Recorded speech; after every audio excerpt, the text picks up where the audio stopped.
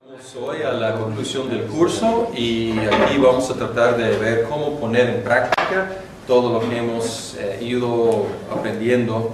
Vamos a hablar en forma muy práctica de los pasos de la exégesis, tratando de unificar todo lo que hemos estudiado y cómo hacer un ensayo exegético, porque ustedes van a hacer esto como la obra mayor, la tarea mayor de este curso.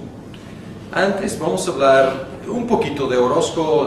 Las unidades que ustedes leyeron para hoy no sé si hayan detectado, pero mucha repetición de cosas que ya hemos visto. Yo no detecté mucho nuevo en esos capítulos. Sin embargo, está tratando de poner en orden ahí algo de procedimiento. Un detalle nuevo que encontré es, él mencionó en la página 92, la necesidad de detectar si una palabra realmente está en el texto original o no. Porque a veces tenemos que suplir palabras en castellano que no están en el texto hebreo o griego. Y hay algunas versiones, como en inglés, New American Standard, creo que la que es parecida a la Reina Valera, que es King James. Si una palabra no está en el original, está en cursiva, o sea, está así como inclinada. Desgraciadamente la Reina Valera, la nueva versión internacional, no sigue esa práctica. Creo que la Biblia de las Américas sí.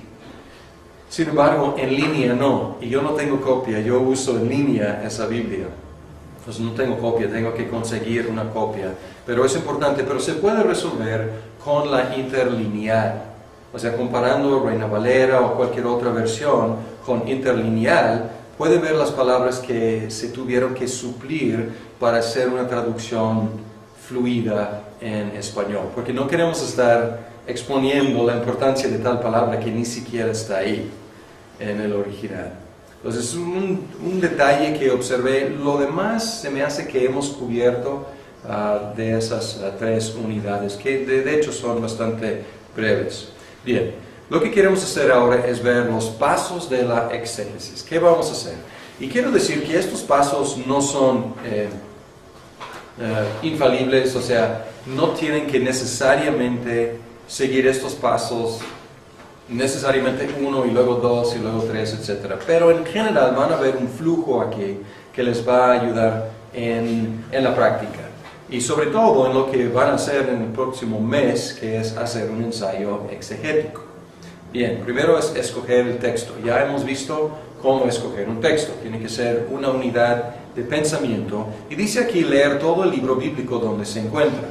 Esto no es necesariamente en el momento, porque algunos de ustedes han leído, no sé, Romanos, ¿qué te gusta? ¿20 veces? Entonces no necesariamente dices, pues tengo que releer Romanos. A lo mejor tienes Romanos pues casi memorizado, ¿no? Por lo menos el flujo. La idea aquí es que sepas dónde está este texto en el libro, que entiendas el mensaje del libro.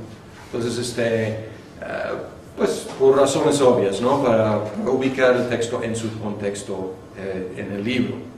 Luego dice 2, traducir el texto del original o leerlo en varias buenas traducciones y la interlineal.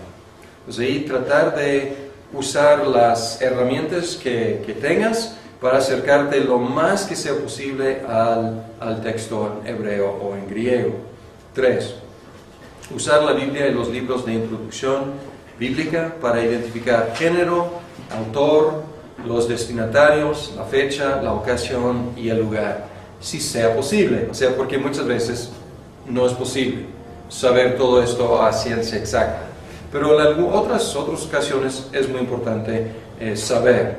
Y aquí la cuestión de la ocasión empiezas a hablar del contexto. ¿Qué provocó que Pablo escribiera esta carta? ¿Qué provocó que Santiago escribió su carta? ¿Qué provocó que David respondiera en este salmo?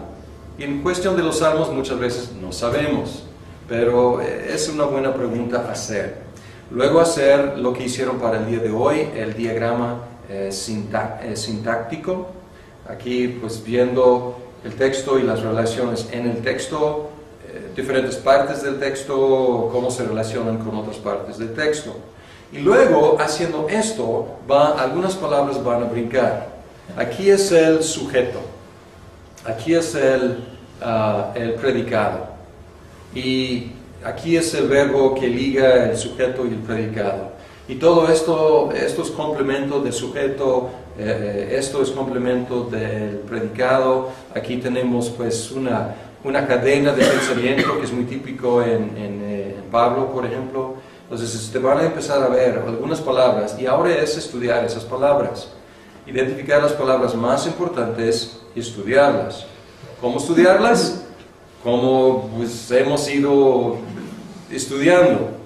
Ir a Strong primero para identificar las palabras originales, luego consultar Strong atrás, el léxico, el diccionario de Strong, que te va a dar una línea de algunas posibles traducciones, los léxicos, y Vine, para tener unas ideas de los posibles usos de las palabras. Ahí todavía no tienes el uso en el contexto, tienes algunas posibilidades. Entonces esto es para dejar como flotando en la mente algunas posibilidades. Ahora, como hemos visto, los léxicos más importantes en el original tratan de respetar algo del contexto. Pues a lo mejor encuentras tu versículo allá en Bauer o en BDB, y a lo mejor ahí Bauer o BDB te dice pues cuál es el significado en ese contexto, pero no debes quedar con lo que ellos dicen. Ahora es usar la concordancia en hebreo o griego para localizar todas las instancias de las palabras. ¿Por qué? Pues han visto que a lo mejor silla en castellano a lo mejor es traducción de 2 o 3 diferentes palabras en griego, en español, o digo, en griego o hebreo. Y hay que llegar a la palabra que tú quieres, o sea, que está en tu texto, identificar cuál es, y luego buscar, y a lo mejor esa palabra no siempre se traduce silla, a lo mejor a veces es asiento. Pues ahora, viendo el hebreo y el griego, puedes ver todas las instancias de tu palabra, aunque tenga traducción diferente en otra parte de Reina Valera. Cosa que creo que ya han apreciado. Ok, ahora estudiar los contextos más similares a tu texto.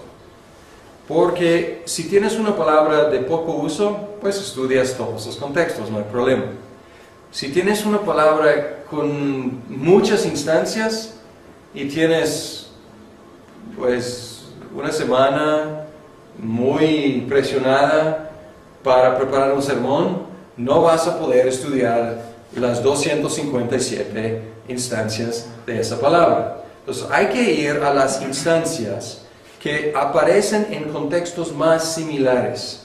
Y hemos hablado de cuáles son los contextos más similares. Si estoy en una carta de Pablo, ¿cuáles otras instancias serían más similares al uso que estoy viendo? Otras cartas de Pablo. Primero la misma carta y luego otras cartas de Pablo. Pues esto sería, o sea, ¿dónde empezar? Con más tiempo puedes saber cómo Pedro, como Santiago utiliza. Luego con más tiempo puedes ver cómo aparece esa palabra en la Septuaginta y qué palabra está traduciendo del Antiguo Testamento, etcétera, etcétera. Pero hay que empezar con lo más cercano. ¿Por qué? Porque entre más cercano podemos decir que Pablo tiende a utilizar esta palabra o esta expresión así o así. Sobre todo si es una palabra técnica, una palabra con un significado, digamos, teológico. Entonces luego el próximo paso es decidir cómo se está usando las palabras en tu texto. Pues ya tienes el uso en tu texto, no solamente definición del léxico, tienes esto como sugerencia, pero ya has como repetido algo del proceso para llegar a la conclusión a la cual Bauer o BDB llegan. Y a lo mejor vas a llegar a la misma conclusión, pero vas a entender por qué. Y eso es muy importante, vas a entender por qué. Bien, luego hacer un resumen de los puntos sobresalientes del texto. Pues ya tienes una idea. Este texto se trata de 1, 2, 3, 4. Ahora es es tiempo para ampliar el horizonte. Ahora es relacionar el texto con sus contextos más amplios. Y aquí entra la teología bíblica o la historia de la redención. Ya hemos hecho la pregunta, ¿cuál fue la ocasión? Pero ahora es ver cuál fue la época de la historia de la redención. ¿Cómo se relaciona lo que son estos 4 puntos con lo que pasa en todas las cartas de Pablo, o en todas las cartas del Nuevo Testamento, o todo el Nuevo Testamento y toda la Biblia? O si estás en Salmos, o sea, con otros salmos, o con la literatura sapiencial, todo el Antiguo Testamento y todo el Nuevo Testamento, etc. Ahí es expandir los horizontes. Y luego relacionar el texto con los temas teológicos. Y aquí entra la teología sistemática. Y algunos textos van a tener relaciones con doctrinas claves, básicas y grandes, o sea, que aparecen en muchas partes de la Biblia. Pues aquí es hacer estas 2 expansiones de los horizontes. Y van a tener probablemente aquí demasiada información. No hemos llegado a la homilética todavía. Y realmente no vamos a entrar en la homilética para este curso. Porque luego tendrán que podar y decidir cuánto de esta información puedes entregar en una forma elocuente, concisa, el día del domingo en los 30, 45 horas, no sé cuánto tiempo aguante tu congregación, pero en ese tiempo, ¿cuánto vas a poder entregar? Bien. Luego, consultar e interactuar con los buenos comentarios. Hasta esta fecha, creo que no hemos mencionado comentarios, ¿no? No. Okay. Entonces, aquí es punto número 9, y ni hemos mencionado los comentarios. Y muchos simplemente empiezan y agarran primero un comentario, o buscan en internet un comentario. Y hay muchísimos comentarios, y la mayoría no muy confiables, y sobre todo lo que encuentras en internet. Y ahora puedes interactuar con los comentarios. ¿Por qué? Porque por fin estás, si no a su nivel, por lo menos estás en el estadio con ellos, ¿no? Porque si entras frío y no has hecho todo lo anterior, quedas ahí como, pues qué sé yo, pues ellos son los expertos, qué sé yo. Y la tendencia sería simplemente repetir lo que ellos dicen, porque ellos son los expertos. Pero ahora te has preparado, ahora puedes leerlos y puedes interactuar con ellos. Puedes dejar que te convenzan, o puedes tratar de convencerles, porque ya tienes armas. Y esto es y ellos son expertos, o deben ser. Y aquí debo subrayar, buenos comentarios, porque hay muchos malos. Entonces, hay que consultar los buenos. Y la pregunta es cómo detectar cuáles son los buenos, ¿no? ¿Un comentario es ilustrativo? O sea, comentario bíblico, no, comentario bíblico. El comentario okay. bíblico es el comentario de Kistemaker sobre Hebreos, y es un tomo. Y aquí un comentario bíblico es un análisis de todo el texto, del primer versículo hasta el último versículo. Y entre más grueso, probablemente más serio.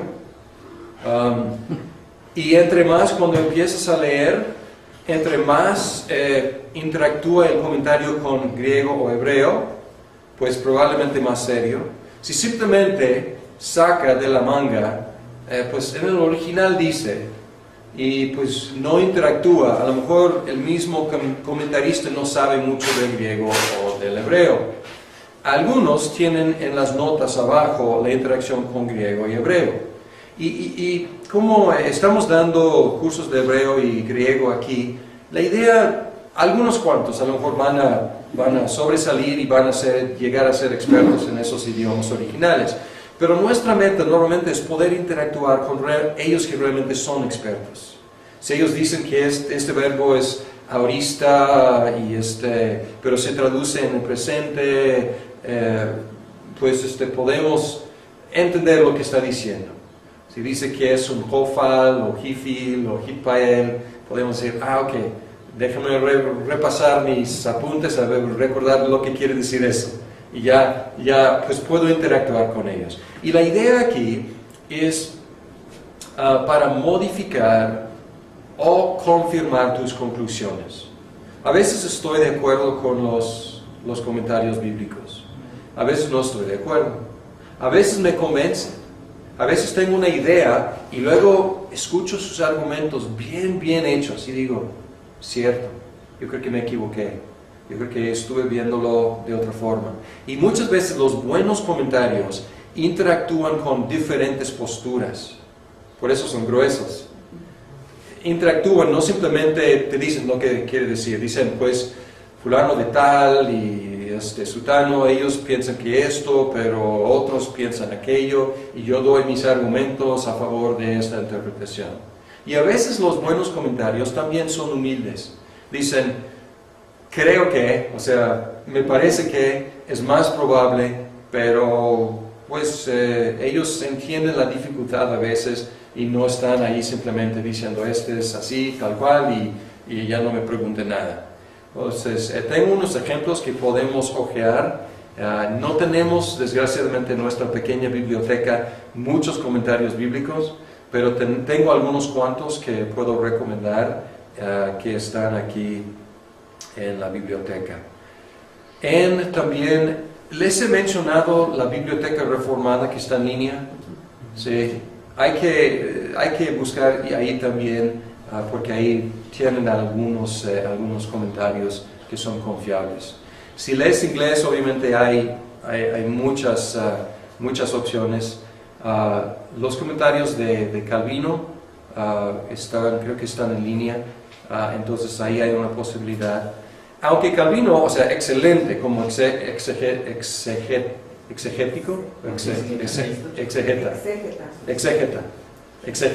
muy bien.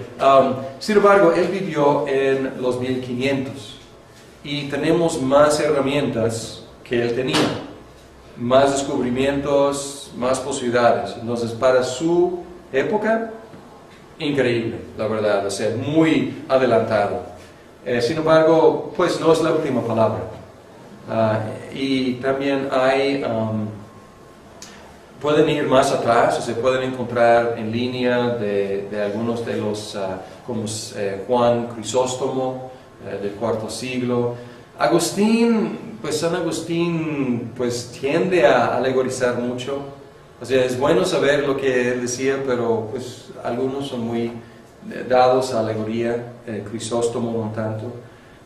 Entonces hay que buscar y hay que analizar, no simplemente aceptar. Bien, y luego es escribir tu ensayo en una forma ordenada. El propósito de este curso es poder producir un ensayo exegético. Y un ensayo exegético no es un sermón, aunque muchos seminaristas se equivocan y se paran y predican sus ensayos exegéticos y se nota luego. No es un sermón, este es otro curso, la homilética. Este ejercicio es un ejercicio más académico.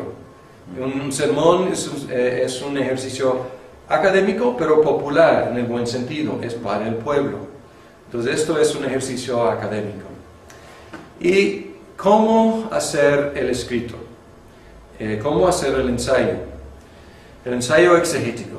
Y aquí estoy dándoles un modelo para lo que me van a entregar. Y si quieren ser creativos y quieren mejorar, hacer algo mejor que lo que estoy diciendo, pues está bien. Pero para la mayoría deben seguir esto por lo menos en esta primera salida. Entonces ya tienen el bosquejo del ensayo. Es una introducción. Y aquí el texto en tu traducción o la traducción que vas a utilizar. Y aquí debe ser un texto, no va a llevar toda una página porque es un texto breve. Porque el ensayo es breve, 5 a 10 páginas. Y luego, datos básicos. Autor, destinatarios, fecha, ocasión, lugar. Esto es la introducción. Este es el texto. Este es de dónde vino el texto. El texto fue escrito por fulano a este grupo, en tal lugar, en tal fecha. Si se sabe. Si no se sabe, pues decir que no se sabe. Y luego vamos a analizar los contextos. Y aquí tenemos que identificar el género de literatura, pues contexto literario. Esta es una epístola, este es un salmo de lamentación, este es un proverbio popular, este es apocalíptico, etc. Identificar el contexto histórico. Y aquí es salir un poco quizás de lo que estaba pasando en la Biblia. En este momento Nabucodonosor estaba conquistando tal país, etcétera, etcétera. Ubicar el texto en su contexto. Fulano era el emperador de Roma, el rey de Roma, pues y esto es lo que estaba pasando en el Imperio Romano, por ejemplo. Identificar el contexto redentor histórico. ¿Qué es esto? Pues, ¿qué estaba haciendo Dios? ¿En qué época de la historia de la redención cae? Y no hay que abundar aquí mucho, porque luego van a ser conexiones bíblicas teológicas, pero aquí es simplemente decir, ¿en cuál época? ¿Es la época del Éxodo, que Dios está formando un pueblo, sacándolo de Egipto? Pues hay que comentar el contexto redentor histórico. Si es en el Nuevo Testamento, observar que Cristo ya vino, y aquí es una cuestión de consolidar la iglesia y darle orden, no sé qué. Pero hay que decir qué está pasando en la historia de la redención. Sí. Aquí yo tengo una duda. Yo escogí un texto de Primera de Juan. Primera de Juan está ya al final de la Biblia. Excelente. Pero parece que fue escrito en un tiempo, o sea, si fuera por orden cronológico, estaría antes, ¿no? Entonces, no sé si tiene eso algo que ver. Ok, ahí por ejemplo, buen ejemplo, Flora, Primero de Juan. ¿Cuál es el contexto? Pues hablamos del autor, que es Juan, destinatarios, creyentes, probablemente ahí por Éfeso, Asia Menor, que estaban siendo afligidos por algunos herejes con tendencia gnóstica, docética. Pues ahí es el contexto, o sea, proteger la iglesia de unas tendencias, y también en Primera de Juan, sobre todo, darles pruebas para confirmar la realidad de su propia fe. O sea, esta es la ocasión de la carta. Y buscar la fecha lo más que puedas. Es después de otras, pero no es la última, pues no es Apocalipsis, ¿no? Es antes de. Pero entonces, ubicar, esta carta fue escrita en esta situación. ¿Está bien o no? Sí, pero también, ¿por qué el canon no las puso en orden cronológico? La verdad no estoy muy seguro, pero si ves, hay las cartas de Pablo, por ejemplo, van de las largas hacia las chiquitas. Entonces, parece que fue el orden. Y luego las cartas generales. También parece que va como disminuyendo. Hebreos es muy largo. Santiago de buen tamaño. Primero de Pedro.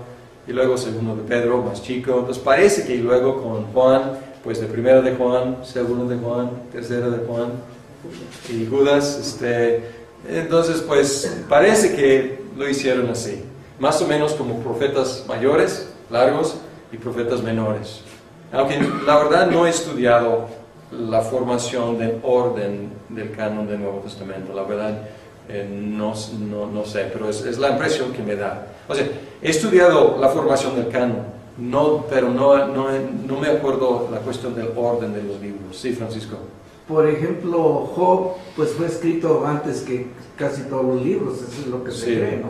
Job es un poco difícil porque no se sabe, pero parece que es muy, muy antiguo. Muy antiguo, ¿no? Muy antiguo.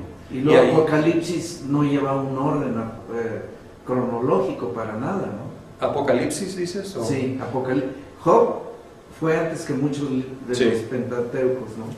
Y luego Apocalipsis, los diferentes capítulos tampoco van en orden cronológico. Pues esto es para otro curso, porque Apocalipsis es muy interesante. Parece que tiene ciclos, ciclos que como se traslapan, y es una estructura bastante compleja. Pero sí, o sea, Job, ¿qué se puede decir de su contexto? No mucho. Se puede mencionar que algunos eruditos piensan que esto y otros piensan que esto, pero la verdad no sabemos mucho. Y hay que consultar, como por ejemplo E.J. Young, en su introducción al Antiguo Testamento, para ubicar a Job, o por lo menos interactuar con algunas ideas acerca del origen de Job. Pero se puede ubicar en su literatura, o sea, que es literatura de sabiduría, y por eso está con Salmos, Proverbios, Eclesiastés y Cantares. Autor, no sabemos. Destinatarios tampoco realmente. Bien. Análisis lingüístico. Y aquí la semántica y la sintaxis. Y primero puso la sintaxis y luego la semántica, porque para tener semántica necesitas tener palabras. Para tener sintaxis lo hice al revés. Primero puse sintaxis porque, como estoy recomendando, primero hacen el diagrama y esto es sintaxis. Pero luego pensé, y luego estudiar las palabras sobresalientes. Pero puse aquí semántica primero porque necesitas palabras para poder hacer estudio de relación de palabras. Sin embargo, esto puede, es interactivo aquí.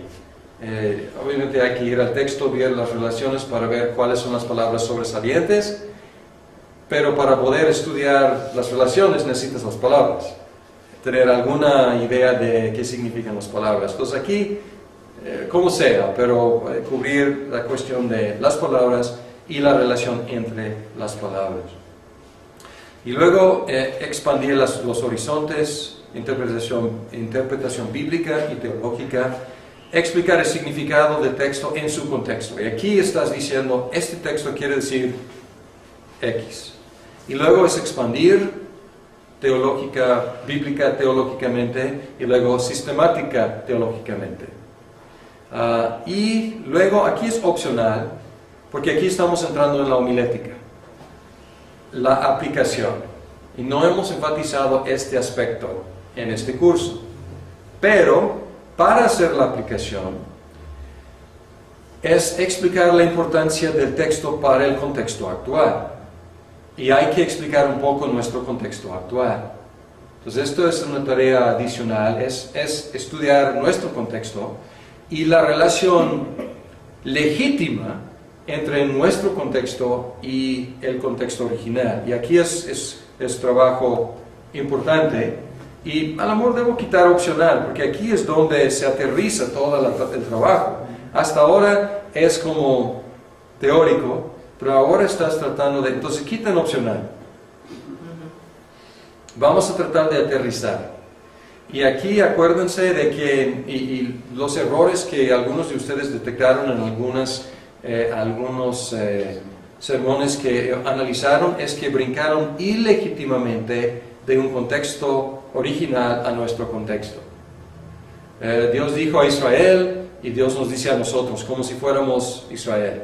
O sea, hay que hacer trabajo, a lo mejor sí nos aplica. ¿Por qué? Porque somos iglesia de Jesucristo, que es el nuevo o el verdadero Israel. Entonces a lo mejor el texto sí se nos aplica, pero no se aplica a México. México no es Israel.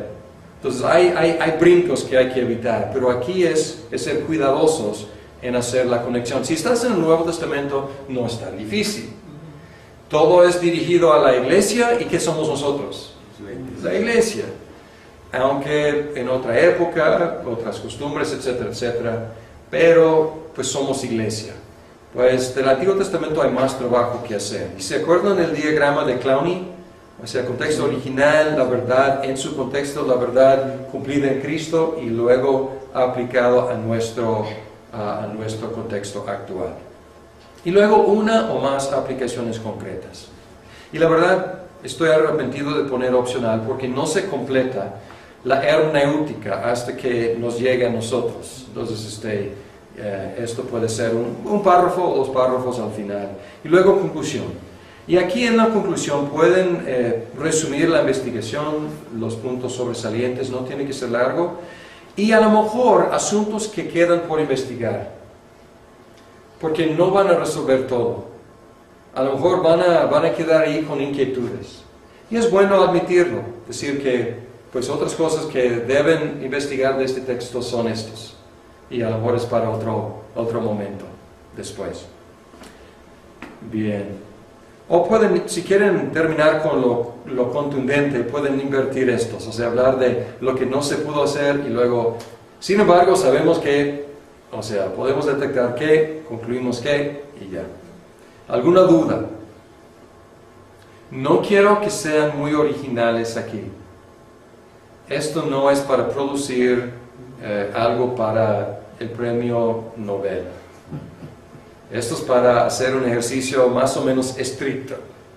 Pues no es un ejercicio muy creativo. Entonces aquí tienen el bosquejo. Si quieren variar un poco, está bien, pero pueden ver aquí el flujo. Está tratando de poner en orden ahí algo de procedimiento. Lo único, un detalle nuevo que encontré es, él mencionó en la página 92, la necesidad de detectar si una palabra realmente está en el texto original o no. Porque a veces tenemos que suplir palabras en castellano que no están en el texto hebreo o griego. Y hay algunas versiones, como en inglés, New American Standard, creo que la que es parecida a la Reina Valera, que es King James. Si una palabra no está en el original, está en cursiva, o sea, está así como inclinada.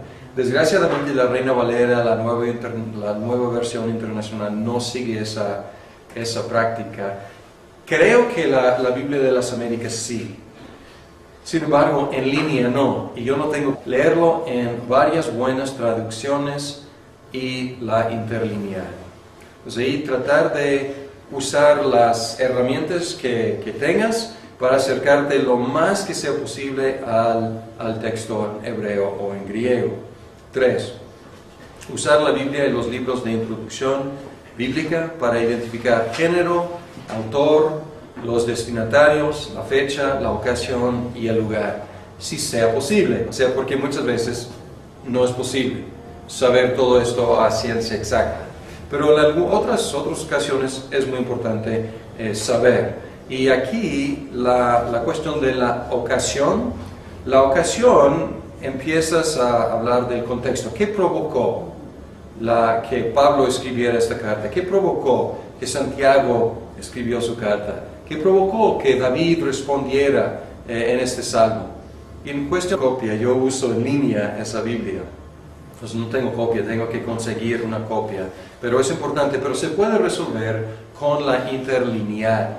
O sea, comparando Reina Valera o cualquier otra versión con interlineal, puede ver las palabras que se tuvieron que suplir para hacer una traducción fluida en español. Porque no queremos estar exponiendo la importancia de tal palabra que ni siquiera está ahí en el original. Entonces, un detalle que observé. Lo demás se me hace que hemos cubierto de esas 3 unidades, que de hecho son bastante breves. Bien, lo que queremos hacer ahora es ver los pasos de la exégesis. ¿Qué vamos a hacer? Y quiero decir que estos pasos no son infalibles, o sea, no tienen que necesariamente seguir estos pasos, necesariamente 1 y luego 2 y luego 3, etc.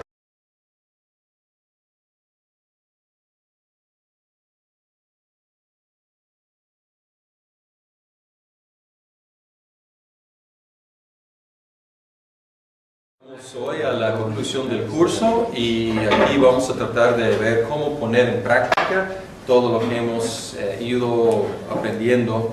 Vamos a hablar en forma muy práctica de los pasos de la exégesis, tratando de unificar todo lo que hemos estudiado y cómo hacer un ensayo exegético, porque ustedes van a hacer esto como la obra mayor, la tarea mayor de este curso. Antes vamos a hablar un poquito de Orozco. Las unidades que ustedes leyeron para hoy no sé si hayan detectado, pero mucha repetición de cosas que ya hemos visto. Yo no detecté mucho nuevo en esos capítulos. Sin embargo, pero en general van a ver un flujo aquí que les va a ayudar en la práctica. Y sobre todo en lo que van a hacer en el próximo mes, que es hacer un ensayo exegético. Bien, primero es escoger el texto. Ya hemos visto cómo escoger un texto. Tiene que ser una unidad de pensamiento. Y dice aquí leer todo el libro bíblico donde se encuentra. Esto no es necesariamente en el momento, porque algunos de ustedes han leído, no sé, Romanos, ¿qué te gusta? ¿20 veces? Entonces no necesariamente dices, pues tengo que releer Romanos. A lo mejor tienes Romanos pues casi memorizado, ¿no? Por lo menos el flujo. La idea aquí es que sepas dónde está este texto en el libro, que entiendas el mensaje del libro. Entonces, pues por razones obvias, ¿no? Para ubicar el texto en su contexto en el libro. Luego dice 2, traducir el texto del original o